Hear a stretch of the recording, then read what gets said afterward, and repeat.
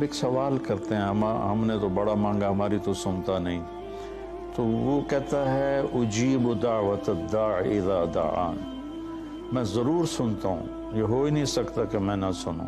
سنانے کے کچھ قانون ہیں، ان کو فالو کرو تو میں سنتا ہوں. مثلا کسی کی کمائی حرام ہے تو اس کی دعا رک جاتی ہے، سنتا اس کی بھی ہے.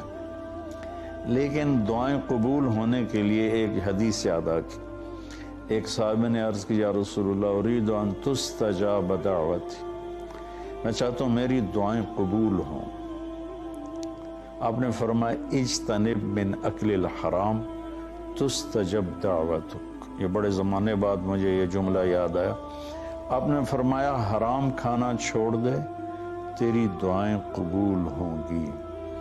رزق حرام چھوڑ دے، تیری دعائیں قبول ہوں گی. اللہ نے اتنا وعدہ کیا ہے کہ میں دیتا ہوں، تمہاری تنخواہ تھوڑی ہے. شیطان کہتا ہے کیسے گزارا ہوگا، رشوت نہیں لوگے کیسے گزارا ہوگا. تمہارا کاروبار ہے، سارے بازار والے جھوٹ بول رہے ہیں، تم سچ بولو گے تو تمہارا سودا کون خریدے گا.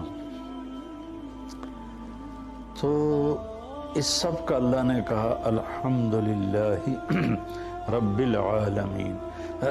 میرے بندوں گھبراؤ نہیں، پالنے والا تمہارا اللہ ہے.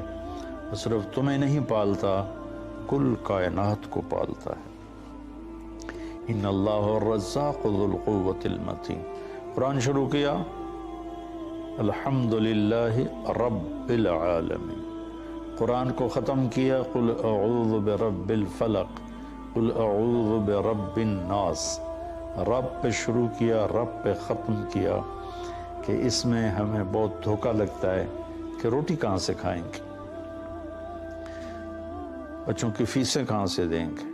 تو رازق اللہ ہے. نماز پڑھو، نفل پڑھو، اور یہ نہ کو میری سنتا نہیں. اللہ کی قسم قبول کرتا ہے، اور ضرور قبول کرتا ہے. مصلی نہ چھوڑو، آزماتا ہے.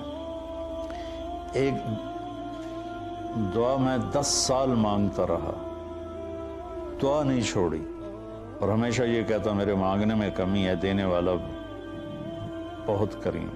10 سال کے بعد جا کر میری اس دعا کی قبولیت کے آثار ظاہر ہوئے.